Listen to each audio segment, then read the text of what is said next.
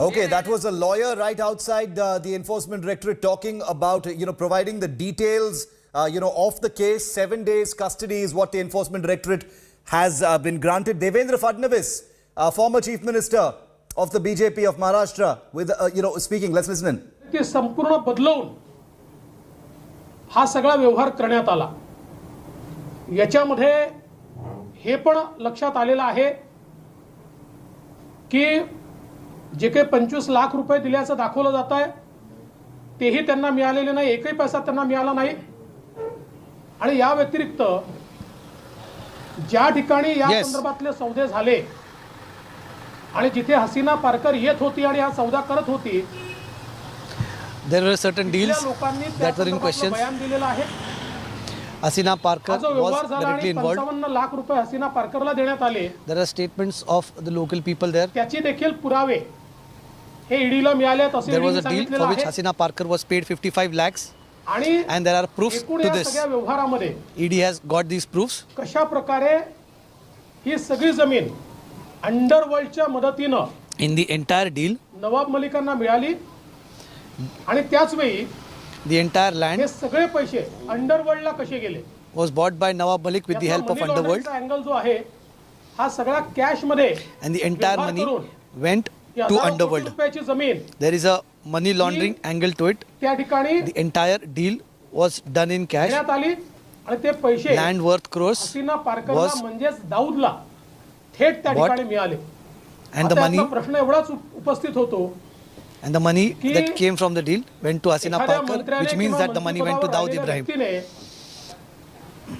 या ठिकाणी Mumbai The बॉम्बस्फोटाच्या question now is, आरोपीकडनं if a person who is a minister जमीन विकत घेण्याचं कारण काय आहे, ती त्याची जमीन नसताना has विकत घेण्याचं कारण काय आहे, bought a land त्याच्यामध्ये हसीना from someone who is involved in Mumbai terror blast, what is the reason behind this should be known to या everyone. व्यवहारानंतर What was the reason behind directly dealing with Hसीना Parker? मुंबईमध्ये 3 वेळा हल्ले झाले आणि On one hand, जे लोक मुंबईत बॉम्बस्फोट करतात, on one hand there were 3 bomb blasts after this deal. There were 3 bomb blasts after तर मला असं this वाटतं deal. की हे अतिशय निंदनीय अशा प्रकारचं आहे. If someone is giving money to people who are orchestrating bomb blasts in the city, ईडीने मांडले आहे. ईडीने हे देखील सांगितलं की त्यांनी and that is why ED has taken this action and ED has put forth the truth.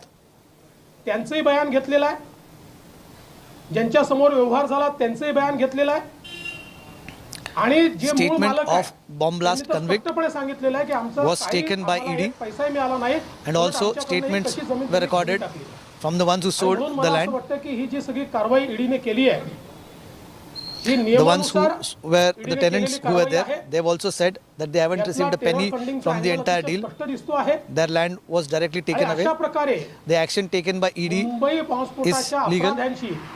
There is a clear-cut money laundering angle. शत्रू आहे तो किंवा त्याच्या बहिणीशी व्यवहार करणं याचं समर्थन कसं केलं जाऊ शकतं, हा माझा या ठिकाणी अतिशय स्पष्ट The deal was directly done with the most wanted terrorist, the biggest enemy of the country, Dawood Ibrahim and his sister. कोर्टाने या संदर्भातली जी काही त्यांची कस्टडी आहे, ED has given those proofs मला असं वाटतं to the court, and that is why the court has given अतिशय हे गंभीर आहे.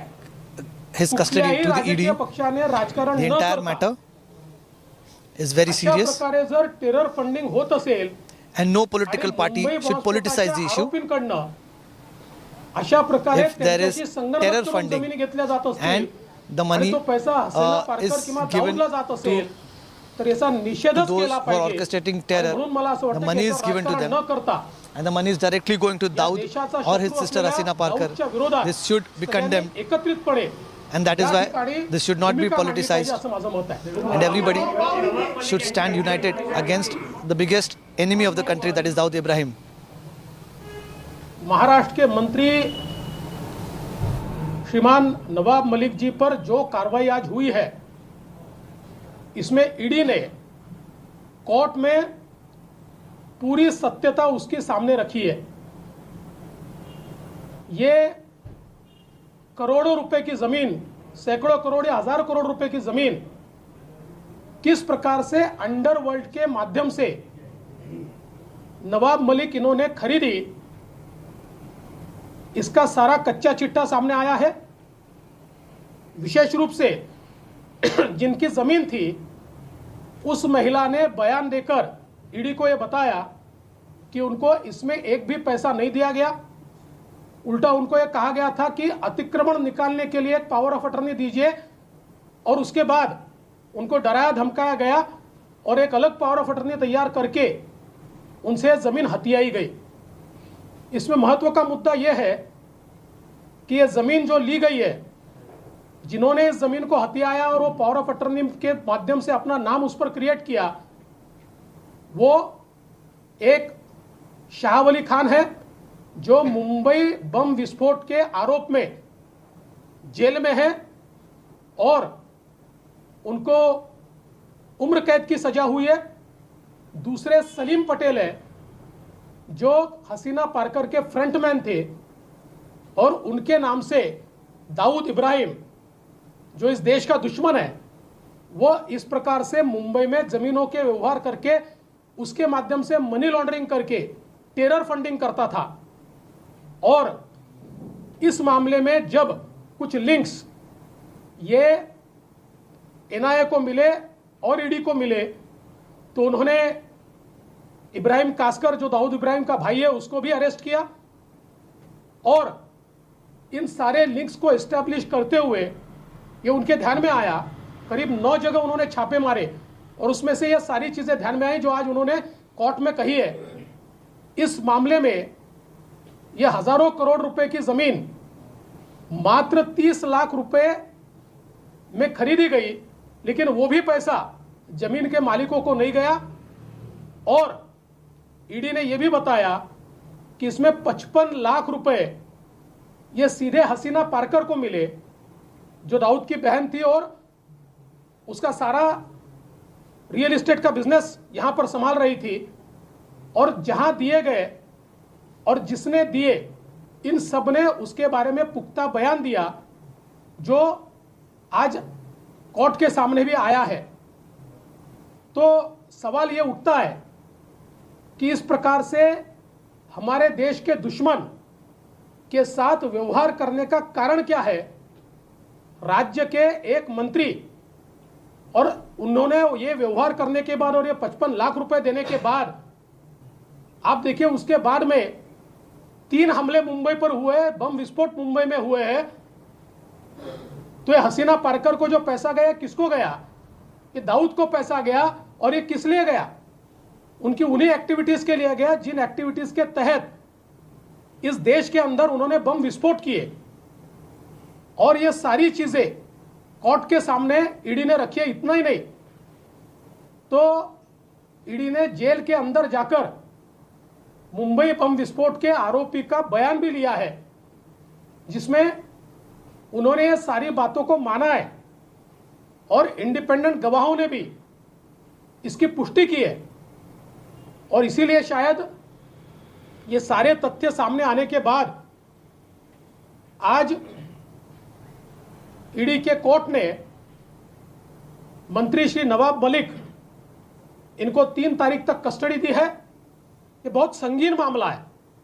देश के दुश्मनों के साथ व्यवहार करने का कारण क्या है?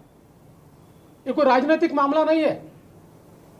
राजनीति में हम एक दूसरे के ऊपर छीछालेदार करते रहेंगे, लेकिन अगर कोई देश के दुश्मन के साथ सौदा करता है और सारा रिकॉर्ड पर है और ऐसा रिकॉर्ड पर सौदा होता है और साथ में सीधे पैसे अगर हसीना पार्कर को वहां मिलते हैं, दाऊद को मिलते हैं, तो मुझे ऐसा लगता है कि ईडी को यह कार्रवाई करनी पड़ेगी और सभी राजनीतिक दलों ने इस कार्रवाई का समर्थन करना चाहिए।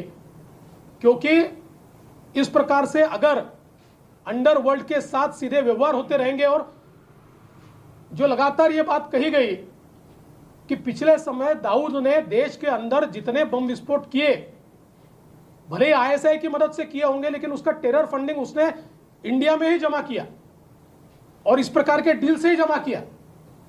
इस प्रकार से अंडरवर्ल्ड के ऊपर और बड़े पैमाने पर उस जमाने में जो व्यवहार जमीनों के किए गए अंडर वैल्यूएशन करके, और उसमें जो ब्लैक मनी दिया गया, वो ब्लैक मनी ये टेरर फंडिंग में इस्तेमाल किया गया।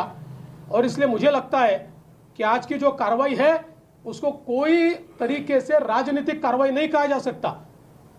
देश के दुश्मनों को अगर कोई मदद करता है तो कार्रवाई करनी ही पड़ेगी और वो कार्रवाई की गई है। तुम्ही याचा खुलासा केला होता पत्रकार परिषद घेऊन, सगळ्यात आधी तुम्ही खुलासा केला होता, तुम्ही काय पुरावे ईडीकडे दिले होते का तेव्हा? माझ्याकडे जे कागदपत्र होते ते सगळे मी ईडीलाही पाठवले होते, एनआयलाही पाठवले होते, सीबीआयलाही पाठवले होते। मी त्यावेळेसच घोषित केलं होतं की याची कॉम्पिटंट अथॉरिटी कोण आहे मला माहिती नाही, आणि मी जे काही कॉम्पिटंट अथॉरिटीज आहेत त्यांच्याकडे जे माझ्याकडे होतं ते पाठवून दिलं होतं। नवाब मलिक यांच्या अटकेनंतर महाविकास आघाडी नेत्यांच्या ज्या प्रतिक्रिया आहेत, जे वक्तव्य आहेत, त्याचा सूर असा आहे की हे अटक म्हणजे एक षडयंत्र आहे आणि याचा रोग जो आहे तो भाजपवर आहे। राजीनामा घेणार नाही. मला असं वाटतं आहे की अतिशय चुकीचा पायंडा या ठिकाणी पडला जातो आहे, कारण कुठल्याही राजकीय गुन्ह्यामध्ये त्यांना अटक झालेली नाही। या ठिकाणी टेरर फंडिंगशी संबंधित असलेल्या गुन्ह्यामध्ये त्यांना अटक झालेली आहे। एनआयएने FIR केलेला आहे, ईडीने मनी लॉन्ड्रिंगमध्ये अटक केलेली आहे। अशा परिस्थितीमध्ये एक मंत्री हे जर राजीनामा देणार नसतील आणि सरकार म्हणणार असेल की आमचे मंत्री राजीनामा देणार नाही, तर एक कॉन्स्टिट्यूशनल परिस्थिती या ठिकाणी, संवैधानिक परिस्थिती तयार होते आहे। पण मी त्याच्यावर बोलणार नाही। मी एवढंच सांगेन की देशामध्ये याचा अतिशय चुकीचा संदेश जाईल की दाऊद सोबत व्यवहार करणाऱ्यांना वाचवण्याकरता अख्खं सरकार उभं राहिलंय। आपने कहा कि क्या दस्तावेज आपने ईडी को प्रोवाइड किया था?